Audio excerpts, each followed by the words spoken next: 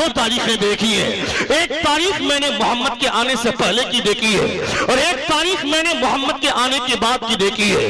वही अरब का दस्तूर है, वही अरब की तारीख है। जब मोहम्मद नहीं आया था, लोग तालाब में सुबह सुबह घोड़े को पानी पिलाने के लिए ले जाते हैं और सबका डिमांड है कि मेरा घोड़ा पहले पानी पिएगा। सब ये चाहते हैं कि इस तालाब से पहले मेरा घोड़ा पानी पिएगा। इस पहले पहले की ख्वाहिश में तलवारें चल पड़ती हैं, लोग एक दूसरे की जान ले लेते हैं।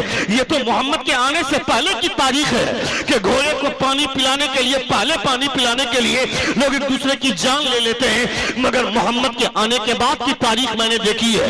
ग़ज़वा यरमूक का मौका है, एक सहाबी को तीर लगा, वो सहाबी जख्मी होकर जमीन पर गिरे पड़े हुए हैं। उन्होंने अल अतश की सदा लगाई, कोई है जो मुझे पानी का एक कतरा पिलाए।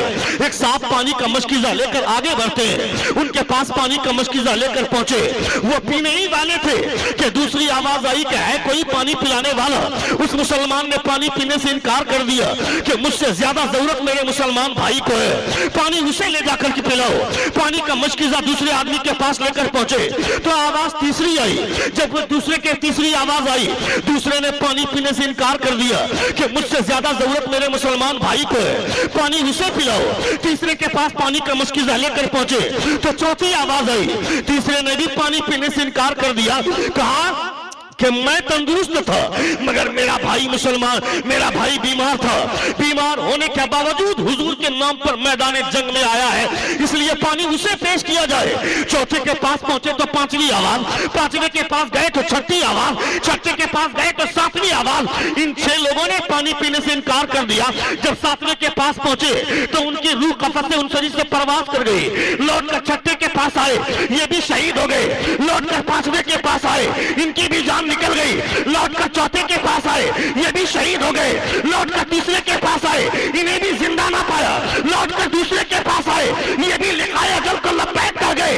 लौटकर पहले के पास आए, ये भी खुदा से जा मिले। क्या मतलब?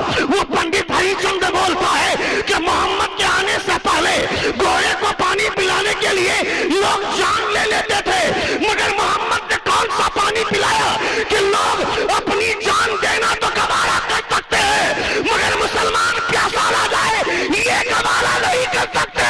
नारे तकबीर, नारे रिसालत, सीरते मुस्तफा जाने रहमत, मखदूम आलम बना कॉन्फ्रेंस। वाह वाह वाह वाह, सुभान। एक अरब ने आदमी का बोल बाला कर दिया, खाक के जर्रों को हम दोषे सुरैया कर दिया, खुद न थे जो राह पर औरों के हादी बन गए।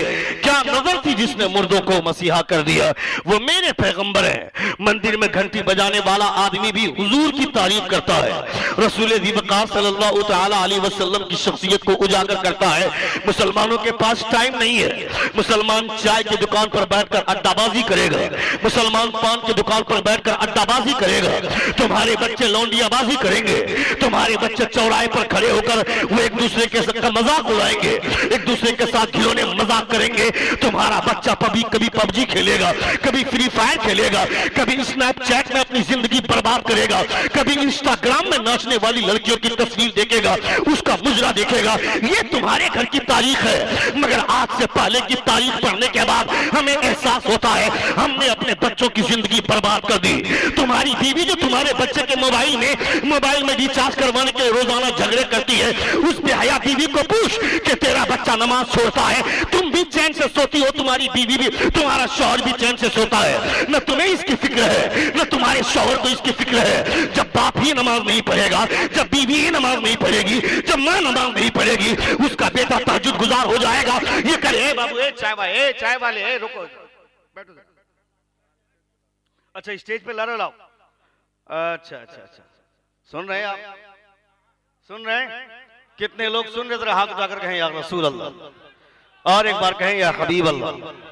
बहुत अच्छे लोग हैं, अल्लाह रब्बुल इज्जत का बेपनाह करम है। रसूल ज़िवकार सल्लल्लाहु तआला अलैहि वसल्लम का लाख लाख शुक्र एहसान है कि आप बैठकर मुस्तफ़ा जान रहमत सल्लल्लाहु तआला अलैहि वसल्लम का जिक्र मुलाहिज़ा कर रहे हैं। नबी कौनैन सल्लल्लाहु तआला अलैहि वसल्लम की महफिल में बैठकर हुजूर के औसाफ मुलाहिज़ा कर रहे हैं। ये हमारी रगें मजबूत होनी चाहिए। कभी कभी इन बातों का एहसास करना चाहिए, कभी अकेले में बैठकर अपने रब को याद करना चाहिए। कितनी बार आपने अपने खुदा को याद किया? अल्लाह रब्बुल इज्जत ने इतनी सारी नियमतें दी हैं, मगर उन तमाम नियमतों में से कभी एक नियमत को भी याद करने का तुम्हारे पास टाइम नहीं है। तुम्हें मौका भी नहीं, तुम्हें मौका मिलता है तुम मगर इन चीजों को गवा देते हो। कभी एहसास तो करो, मेरा रब कहता है अम्मन खलक़स समावाति वल अर्द व अंज़ल लकुम मिनस समाई माआ फअंबतना भी हदाइक़ ज़ाता बहजह मा कान लकुम अन तुंबितू शजरहा अइलाहुम मअल्लाह बल हुम कौमुन यादिलून। अल्लाह फरमाता है, कौन है जिसने जमीन को पैदा किया, कौन है जिसने आसमान को पैदा किया, कौन है जो आसमान से बारिश के कतरे को गिराता है, किसने तुम्हारे खेत को हरियाली में बदल दी, किसने तुम्हारे खेत को बागीचों में बदल दिया। फअंबतना भी हदाइक़ ज़ाता बहजह, आवाज कम कर दिया, फअंबतना भी हदाइक़ ज़ाता बहजह, तो ये मैं हूं जिसने ये बहजत वाले बागात लगाए। अल्लाह फरमाता है मा कान लकुम अन तुंबितू शजरहा, तुम में से कोई भी आदमी एक दरख्त लगाने के लायक नहीं हो, ये हमने लगाए। ये सारी हरियाली मेरी वजह से है। अल्लाह रब्बुल इज्जत फरमाता है अलम नजालिल अर्द मिहादा वल जिबाला औतादा व खलकनाकुम अज़वाजा व जअलना नौमकुम सुबाता व जअलना लैला लिबासा व जअलना नहारा मआशा व बनैना फौककुम सबअन शिदादा व जअलना सिराजन वहाजा व अंज़लना मिनल मुहसिराति माअन सज्जादा लिनुखरिज बिही हब्बन व नबाता। अल्लाह फरमाता है ये जमीन तेरे लिए आरामदायक मैंने बनाया। मैं इतना नर्म किया इस जमीन को कि तुम पांव रखो तो तुम्हारे पांव धंस जाए, मैं इतना टाइट किया इस जमीन को कि तुम्हारे पांव में चुभे। मैंने इस जमीन को मिहादा बना दिया, यानी आरामदायक। वल जिबाला औतादा, पहाड़ों की कील ठोक दी। व खलकनाकुम अज़वाजा, तुम्हें जोड़ादार बनाया। तेरे बाप को अकेले रखा था जन्नत में हजरत आदम को, मगर अल्लाह रब्बुल इज्जत की तमाम नेमतें देखने के बावजूद हजरत आदम को अकेलापन महसूस हुआ। तब खुदा की बारगाह में दुआ की, ऐ परवरदिगारा, मैं जन्नत में सारी नेमतें देखता हूँ मगर मुझे अकेलापन महसूस होता है। ऐ परवरदिगारा, कोई रफीक सफर पैदा फरमा दे। हजरत आदम अलैहिस्सलातु व तस्लीम ने दुआ मांगी। अल्लाह रब्बुल इज्जत ने हजरत आदम की आंख पर नींद गालिब फरमाया। तब अल्लाह रब्बुल इज्जत ने हजरत आदम के बाएं तरफ की सबसे ऊपर वाली पसली से हजरत हव्वा रज़ियल्लाहु ताला अन्हा को पैदा फरमाया। यानी तुम्हारे बाप को भी जन्नत में चैन नहीं मिला बीवी की वजह से, यानी उन्हें भी कोई रफीक सफर चाहिए। तो तुम इस दुनिया में कैसे रहते? वह खलकनाकुम अज़वाजा, हमने तुम्हें जोड़ादार बनाया। वह जअलना नौमकुम सुबाता, हमने तुम्हारी नींद पैदा की। ये सारी नियमतें अल्लाह रब्बुल इज्जत ने अपने बंदों को अता की। एक दाना जमीन के अंदर डालता है, वो दाना डालने के बाद उस पर चौकी चला देता है, जमीन बराबर हो जाती है। वो दाना जमीन के अंदर फना हो जाता है। अचानक वो दाना जमीन की छाती फाड़ कर दरख्त की सूरत में बाहर आता है। इस दाने को इतना कमाल किसने पैदा किया? इस दाने को इतना पावरफुल किसने बनाया? कौन सी ताकत है जिसने उस दाने को जमीन की छाती चीरने की ताकत दी? जिस ताकत ने जमीन को चीरने का पावर अता फरमाया, उसी ताकत को परवरदिगार कहते हैं। जोर से बोलिए, जोर से बोलिए, जोर से बोलिए। उसी ताकत को परवरदिगार कहते हैं। कभी अपने रब को अकेले में बैठकर याद करना चाहिए। हुजूर शेखुल मुस्लिमीन क्यों सफर में रहे या हजर में रहे, जहां भी रहे, नमाज का वक्त हो जाए फौरन गाड़ी वाले को रोक कर कहते रोक दो, नमाज पढ़नी है। जिस इलाके में हुजूर शेखुल मुस्लिमीन जाते थे वो उधर की मस्जिदों की खबर उन्हें रहती थी, मस्जिद टाइम देखते रहते थे। जैसे ही नमाज का टाइम हो जाता था गाड़ी को रोक देने के लिए बोल देते थे, गाड़ी रोको, पहले नमाज पढ़ी जाएगी। यानी नमाज कभी नहीं छोड़ी। उनके नाम लेने वाले, उनका नारा लगाने वाले, न फजर की खबर है, न जोहर का पता है, न असर के बारे में कोई सोच और फिक्र है, न मगरिब के बारे में कोई खबर है, न ईशा के बारे में कोई सूझबूझ है। सारी नमाजें छोड़ दी। मेरा बेटा होटल में बैठकर मटर गश्ती करता रहेगा, मेरा बेटा रात के 12 बजे घर लौटता है। किसने पूछा उसको? अपने बेटे को पूछना चाहिए था, गिरेबान में हाथ रखकर पूछना चाहिए था अपने बेटे को, मेरे लाडले रात के 11 बज गए, किस आवारा दोस्तों के साथ जाकर मटर गश्ती कर रहा था? रात के 11 बज गए, अभी घर लौट रहा है। तुम्हें तो रात के 9 ही बजे घर लौट जाना चाहिए था। मेरे हुजूर ने फरमाया था मगरिब की अजान होने से पहले पहले अपनी बीवी को, अपने बच्चियों को और अपने बच्चों को घरों में दाखिल कर दो, ये मेरे मुस्तफा फरमाते हैं। मगर मेरी बीवी मगरिब के बाद जाएगी मेला, मेरी बीवी, मेरी बेटी मगरिब के बाद मेला जाएगी। हुजूर ने कहा था कि मगरिब की अजान से पहले पहले औरतों को घर में दाखिल कर दो, बच्चों को घरों में दाखिल कर दो। क्यों? फरमाते हैं वो मिन शर्रि गासिकिन इज़ा वक़ब की तफसीर में अल्लामा शेख इस्माइल हक़ील रहमा फरमाते हैं कि जिस तरह तुम्हारी ऑफिस खुलने का टाइम सुबह 10 बजे, काम पर लगने का टाइम सुबह 10 बजे, दुकान खुलने का टाइम सुबह 10 बजे, स्कूल खुलने का टाइम सुबह 10 बजे, कॉलेज खुलने का टाइम सुबह 10 बजे, यानी तुम अपना काम काज शुरू करते हो सुबह 10 बजे, उसी तरह जिन्नात और शयातीन इनके काम काज की शुरुआत का टाइम वही होता है। जैसे ही मगरिब की अजान होती है ये लोग सफर पर निकलते हैं, उस सफर पर निकलते वक्त अगर कोई बच्चा मिल जाए, कोई औरत मिल जाए, उस पर अटैक करते हैं। रोजाना जो सुबह सुबह आकर के अपने ताजुल मुस्लिमीन के पास आकर भीड़ लगाते हैं, मेरी बीवी को भूत लग गया, मेरी बेटी को जुन्नात ने घेर लिया, मेरे बच्चे को रात में डर लगता है। मैं कहता है बेवकूफ, तुम्हें जो ये परेशानी हो रही है तुम्हारे काले करतूत की वजह से, तुमने नबी की सुन्नत को छोड़ा, नबी के फरमान को टुकराया। अगर मगरिब की अजान के बाद अपने बच्चों की, अपनी बीवी की हिफाजत चाहता है तो उसे को घर में रख, खुदा तुम्हारी बीवी बच्चों की हिफाजत फरमाएगा। सुन रहे हैं आप? सुभान अल्लाह। सुन रहे हैं? सुन रहे हैं? कितने लोग सुन रहे हैं? हाथ उठाकर कहें या रसूल, और एक बार कहें या हबीब अल्लाह। नबी कौन सल्लल्लाहु अलैहि वसल्लम के फरमान पे तमाम लोगों को अमल करना चाहिए। हुजूर क्या फरमाते हैं? अल्लाह रब्बुल इज्जत के प्यारे रसूल ने फरमाया था अपनी बीवी बच्चों को सूरज डूबने से पहले पहले अपने घरों में दाखिल कर दो, ये मेरे मुस्तफा ने फरमाया था। मगर हमारी बीवी बच्चे ये सब मगरिब के बाद निकलेंगे, मेला जाना है मगरिब के बाद जाना है, बाजार जाना है मगरिब के बाद चलना है, रिश्तेदारों के यहाँ शादी में जाना है मगरिब के बाद जाना है। क्यों साहब? ये तमाशे हमारे समाज में हो रहे हैं, ये सारी बीमारियां हमारे समाज में है। मेरी बेटी कॉलेज में पढ़ती है, कभी कभी जाकर कॉलेज में देखना चाहिए था। मेरी बेटी कॉलेज में पढ़ाई कर रही है, या किसी गुप्ता के साथ, किसी नारायण के साथ, या किसी गणेश के साथ, या किसी तिवारी के बाहों में बाहें डालकर वो जिंदगी के मजे ले रही है। 7 लाख से ज्यादा मुसलमानों की बेटियां हिंदू बन गई है, तुम्हें खबर है क्या? तुम्हें पता भी नहीं है। तुम क्रिकेट मैच देखकर अपने आप को बिजी रखो, मस्जिद से जुमे की नमाज पढ़ करके बेवकूफ पूछता इमाम साहब से इंडिया का स्कोर कितना हुआ, हम धोनी ने कितना स्कोर किया, मोहम्मद शमी ने कितना विकेट लिया, मोहम्मद कैफ ने कितना स्कोर किया। कौन है वो मोहम्मद कैफ? कौन है वो सईद खान? कौन है वो मोहम्मद शमी? कौन है वो धोनी? ये तुम्हारा नाम तक नहीं जानते, मगर मदीने में एक इंसान लेटा हुआ है, तुम उन्हें याद करो ना करो, 24 घंटे मुस्तफा तुम्हें याद किया। क्या बात है? नारे तकबीर, नारे रिसालत, मसलके आला हजरत फैजाने शेखुल मुस्लिमीन। 24 घंटे 24 आवर्स मुस्तफा 24 घंटे तुम्हारे बारे में सोचते हैं, हुजूर तुम्हारी फिक्र करते हैं, मगर तुम यहाँ मटरगश्ती करते हो। रात के सन्नाटे में तुम्हारी बेटियां टिकटॉक में वीडियो बनाकर फेसबुक पे पोस्ट करती हैं, तुम्हें खबर भी नहीं है। उसके फॉलोअर्स में हजारों कुत्ते हैं। इन बेवकूफ लड़कियों से पूछ, इन बेहुदा औरतों से पूछ कि रात के सन्नाटे में अदनंगा कपड़ा पहनकर, होंठ में लिपस्टिक लगाकर ये जो वीडियो बनाकर फेसबुक में डालती है, इंस्टाग्राम में डालती है, किस लिए?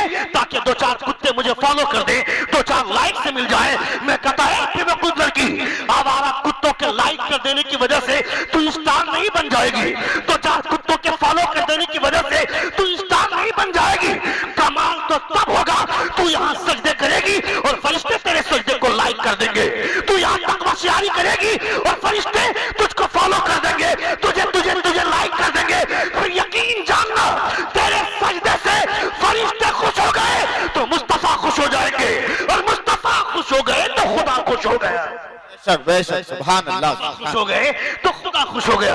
अपनी बच्चियों की जिंदगी के बारे में, अपने औलादों के ताल्लुक से ये कोई दूसरा सोचने के लिए नहीं आएगा, ये आपको सोचने की जरूरत है। शॉर्टकट में जन्नत जाने वाली आदत छोड़ो कि साल में 1 मरतबा जलसा करवा देंगे, मुझको जन्नत जाने से कोई नहीं रोकेगा। इतनी कुटाई होगी कयामत में कोई बचाने वाला नहीं होगा। इसलिए जलसे के भरोसे पर ये सोचना कि साल में 1 मरतबा जलसा करवा देंगे जन्नत में चले जाएंगे, ये किस मौलवी ने तुमको कह दिया कि सारी नमाजें छोड़ दो और साल में 1 मरतबा जलसा करवा दो जन्नत में चले जाओगे? जिस मौलवी ने तुमको ये कहा है वो मौलवी ही जन्नत में जाएगा कि नहीं, कोई गारंटी नहीं है। तो किस बुनियाद पर तुम जन्नत के भरोसे पर बैठे हुए हो? खबरदार खबरदार, अपनी जिंदगी बर्बाद मत करो। सुन रहे हैं? और 5 मिनट सुनेंगे? कितने लोग सुनेंगे? जरा हाथ उठाकर कहें या रसूल अल्लाह, और एक बार कहे या हबीब अल्लाह। Our prophet has been sent for every man as a model. मेरे पैगंबर मॉडल की हैसियत से पूरी दुनिया के लिए तशरीफ लाए, उनकी जिंदगी हमारे लिए मिसाल राह है। हमें अपने पैगंबर की जिंदगी के बारे में सोचना चाहिए और हुजूर की जिंदगी के नक्शे कदम पर हमें अपनी जिंदगी के बारे में सोचना चाहिए कि हमारी जिंदगी कहाँ है। हमारे बच्चे आवारा बन गए, जब शादी ब्याह का मौका आता तो देखना ड्रामा, हमारे नौजवान लड़के कुत्तों की तरह डांस करते हैं, रात रात भर ये नाचते हैं। और ये क्या भाई, हुजूर की सुन्नत अदा करने जा रहे हैं, कल हुजूर की सुन्नत अदा करेंगे। और आज रात भर लड़का नाच रहा है, लड़की नाच रही है। जब उसके बाप को पूछा जाता है कि तुम ये डांस की महफिल क्यों सजाए हुए हो, क्यों तुम्हारे घर में डीजे आया, तो वो बेवकूफ बाप, वो आवारा बाप बोलता है मैंने तो साफ मना कर दिया था कि मेरे घर में कोई डीजे नहीं आएगा। मैं हुजूर शेखुल मुस्लिमीन का मुरीद हूँ, मैं हुजूर मखदूम आलम पनाह का चाहने वाला हूँ, मेरे घर में डीजे नहीं आएगा। मगर मेरे बेटे जिसकी शादी होने वाली है उसके 4-5 दोस्त आ गए, उन लोगों ने कहा कि चचा जान परेशान मत होइए, आपका पैसा नहीं लगेगा, हम लोग 5-5 हजार रुपए चंदा करके डीजे ले आएंगे, हम लोग पैसा मिला लेंगे। इसलिए मैंने मना कर दिया, मगर मेरे बच्चे के दोस्तों ने पैसा मिलाकर डीजे लाया है, अब हम कर क्या सकते हैं। मैं कहता बेवकूफ, ये तेरे अंदर का शैतान है जो बोल रहा है, वरना तुमको तो यह कहना चाहिए था कि बेटा मेरा है, डीजे लाने वाला तू कौन होता है, मेरा बेटा है, मेरे बेटे की शादी में मर्जी मेरी चलेगी, तू डीजे लाएगा। ये जो 25,000-40,000 रुपए के डीजे लाने की बात करता है, उससे 1000 दर्जा बेहतर होगा कि डीजे लाओ, उससे 1000 दर्जा बेहतर है कि 40,000 की किताबें मदरसा खानका रहमानिया में दे दो। तुम्हारे बच्चे जमीन पर चलेंगे मगर तुम्हारी किताबें मदरसे के बच्चे पढ़ेंगे। तुम्हारा बाप कब्र में उजाहो तो सुकून की जिंदगी गुजारेगा, कब्र में वो मुस्कुराएगा जब मदरसे के बच्चे कुरान की तिलावत करेंगे। बेशक सुभान अल्लाह, नारे तकबीर, नारे रिसालत, मदरसा रहमानिया कैदी शरीफ, फैजाने मखदूमे आलम बना, सुभान अल्लाह। मगर ये अंदर का शैतान है जो इस तरह की बहानासाजी करता है, बोलता है 5 से 6 दोस्त आ गए, उसने डीजे की बात की, वो लोग डीजे ले आए, अपनी मर्जी से ले। घर तुम्हारा है, हुकूमत तेरी चलती है, तेरे बगैर घर में चूल्हा नहीं जलता है, तू जो बोलता है बनाने के लिए वो बनता है, फिर तुम्हारी मर्जी के बगैर वो डीजे कैसे आ गया। रात भर तू अंदर बंद करके सोया रहा और तेरे घर में नाच कैसे होता रहा। तुम्हें पता है क्या, जब लोग नाचते हैं तो शैतान उसके पिछवाड़े पे उंगली करता है तब वो नाचता है। यानी तुम्हारी औलादें इतनी गिर गई, क्या वो शैतान के इशारे पर चलेगा, यानी वो नाच करेगा, वो डांस करेगा। बताओ, तुम्हारे घर में शादी हो रही है, हमारे घरों में शादियां हो रही है, इजाब और कबूल के अलावा और उस खुतबे के अलावा बताओ तुम्हारी कौन सी रस्म है, तुम्हारा कौन सा ऐसा दस्तूर है जो इस्लामी है। जब कार्ड छप जाता है, कार्ड बन करके आ जाता है, लिस्ट तैयार होती है, लिस्ट तैयार होती है किसको दावत देना है, किसको दावत नहीं देना है। फला चचा नाराज था, फला चचा, फला फूफा, उससे 4 साल से बातचीत बंद है, उससे लेन देन बने छोटे चचा से, उसको दावत देना है कि नहीं देना है। बड़ा बहनोई जो 10 साल से मेरे घर में नहीं आ रहा है, हम लोगों में से कोई उसके घर नहीं जा रहे हैं, उनको दावत देना है कि नहीं देना है। अंदर से एक बूढ़ा आदमी दांत हिलाते हुए आता है, बोलता है नहीं नहीं ये शादी है, किसी को नाराज नहीं करना है, सबको राजी करके घर लाना है। अगर नाराज है तो पांव पकड़ के गिर जाएंगे, उसे राजी करके घर लाएंगे। क्या मतलब, मेरा बड़ा अब्बू नाराज था, उससे पांव पकड़ कर राजी कर लिए, बहनोई नाराज था, पांव पकड़ कर राजी कर लिए, हमारा चचा नाराज था, हमने उससे राजी करके माफी मांग ली और उसको घर ले आए। मगर इस निकाह से सबसे ज्यादा खुश होने वाले मेरे मुस्तफा थे, हमने डीजे लाकर मुस्तफा को नाराज कर दिया।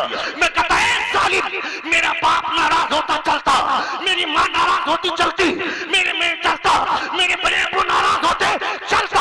अगर सुन्नत के मुताबिक शादी करने की वजह से अगर मेरा बाप नाराज होता है तो हुजूर की सुन्नत पे अमल करेंगे, बाप को बाद में राजी कर लेंगे। अगर हुजूर की सुन्नत अदा करने की वजह से मेरी माँ नाराज होती है तो पहले हुजूर की सुन्नत अदा करेंगे, माँ को बाद में राजी कर लेंगे। मगर हमने सारे लोगों का ख्याल रखा, मगर जिसका ख्याल सबसे ज्यादा होना चाहिए था मैंने मुस्तफा का ख्याल नहीं रखा। ये हमारे घर की तारीख है, ये हमारा समाज है। तुम किस दलदल में डूबे हो, तुम्हारे घर में लौंडे नाचते हैं, इसका ख्याल भी तुमको नहीं है। तुम्हें तो आजादी चाहिए, मुझे ऐसा मुकर्रिर नहीं चाहिए जो मुझको मेरी बुराइयों के ताल्लुक से मुझ पर निशानदेही करे। नहीं नहीं, मुझे शॉर्टकट में जन्नत पहुंचाने वाला मौलवी चाहिए। हुजूर आला हज़रत के वालिद गिरामी अल्लामा नकी अलैहि रहमान ने तफसीर अलम नशर के शुरू में लिखा है कि जहां का मौलवी खुदा की रहमत की बात करता हो, खुदा की जन्नत की उम्मीद दिलाता हो, खुदा का अज़ाब क्या होता है, खुदा का खौफ क्या होता है, ये नहीं बताता हो, तो वहां के लोगों को बहकाने के लिए शैतान की कोई जरूरत नहीं है, वो मौलवी ही काफी है लोगों को बहकाने के लिए। ये हुजूर आला हज़रत के वालिद गिरामी बोलते हैं। इसका मतलब है कि तुमको बर्बाद करने में कहीं ना कहीं हमारा भी हाथ है। हमने तुम्हें सख्त तंबीह नहीं की, हमने तुमको वो चीजें नहीं दी जिन चीजों की तुम्हें जरूरत थी। हमने शॉर्टकट में आसानी के साथ तुमको इतनी जन्नत बांटी कि तुमको लगा कि अब तो जन्नत बड़ी आसान हो गई, बड़ी सस्ती हो गई, अब तो जन्नत मिलनी ही मिलनी है। खबरदार खबरदार, अगर जन्नत के लिए नमाज पढ़ा तो क्या पढ़ा। अल्लामा मुफ्ती अहमद यार खान नईमी रहमा फरमाते हैं, अगर जन्नत के लिए नमाज पढ़ी तो क्यों नमाज पढ़ी, अगर रोजा रखा जन्नत के लिए तो क्यों रोजा रखा। अल्लामा मुफ्ती अहमद यार खान नईमी रहमा फरमाते हैं, नमाज के जन्नत के लिए नमाज मत पढ़ो, जन्नत के लिए रोजा मत रखो, जन्नत के लिए हज मत करो। आप फरमाते हैं खुदा को राजी करने के लिए नमाज पढ़ो। जब खुदा राजी हो गया तो जन्नत कितनी दूर है, जन्नत तो मिलनी ही मिलनी है। हमें इन सब चीजों का शऊर भी नहीं है। अल्लाह रब्बुल इज्जत हम तमामों को हुजूर मखदूम आलम पनाह के फैज़ व बरक़ात से माला माल फरमाए और रसूल ज़ीवकार सल्लल्लाहु अलैहि वसल्लम के नक्शे के मुताबिक, नक्शे कदम के मुताबिक हमें अपनी जिंदगी गुजारने की तौफीक अता फरमाए। हमारे बोलने में या आपके सुनने में कोई गलती हुई हो, सभी हजरात हमारे साथ मिलकर बाबा से बुलंद तौबा इस्तग़फ़ार पढ़ें। अस्तग़फ़िरुल्लाह रब्बी मिन कुल्लि ज़ंबि व अतूबु इलैह। जोर से कलमे शहादत पढ़िए, अशहदु अल्ला इलाहा इल्लल्लाह व अशहदु अन्ना मुहम्मदन अब्दुहु व रसूलुहु। अस्सलामु अलैकुम व रहमतुल्लाहि व बरकातुहू।